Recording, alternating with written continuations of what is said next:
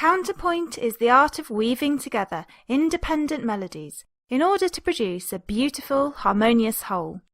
Each part is tuneful and interesting in itself, and when parts are combined with each other, we hear the result as harmony. The music then has both a horizontal and a vertical aspect.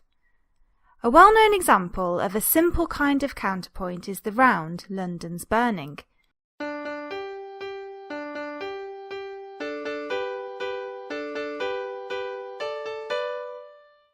Each voice sings its own individual line, but because the voices begin at staggered time intervals, different notes overlap with each other, creating harmony.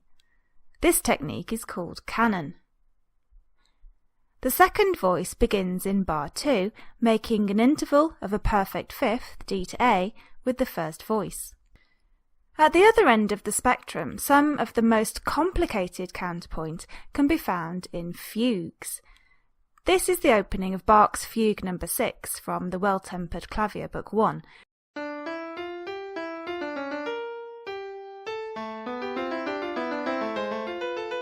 We can see the melody first in the right hand in D minor.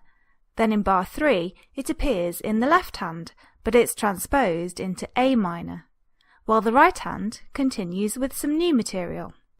Fugues begin in the same way as rounds, with the melodic idea that's heard at the beginning being introduced by different voices at staggered time intervals. But in contrast, in a fugue, the second entrance begins in a different key, usually the dominant key. For example, if the fugue begins in C major, the second entrance would be in G major.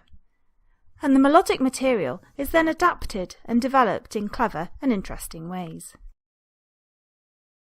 We use the terms voice, line, and part to mean the same thing, an individual tune. It could be sung or played by an instrument. In London's Burning, we'd expect sung voices, of course.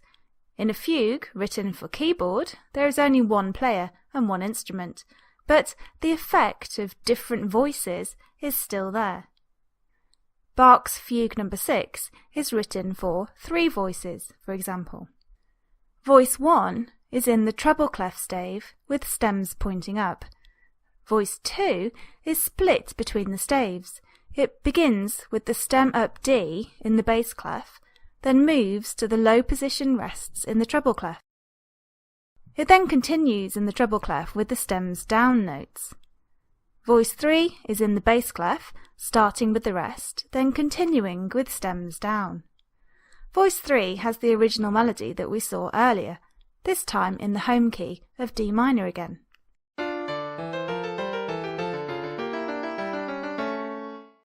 We usually refer to the voices as soprano, alto, tenor and bass, depending on their general overall pitch, regardless of whether they are played or sung. There are 2 adjectives to describe counterpoint, contrapuntal and polyphonic, and they mean the same thing.